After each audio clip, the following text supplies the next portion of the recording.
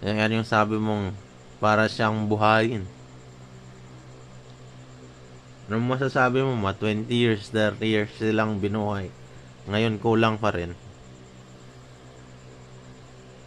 Anong masasabi mo Mga alampa. Ha? Mga lampa na ano, garapata. Pwede mo silang ihalimbawa sa naman, kalawang. Yung kalawang, dumapos sa bakal na putol, di ba Sige na, anak ko, matulog na. Hindi lang, usap lang muna tayo. Gusto ko na mapahinga. Para bukas bibili ako ng Vicks. inhaler. Halata naman, di ba pati yung niya, kung saan napupunta yung anak eh.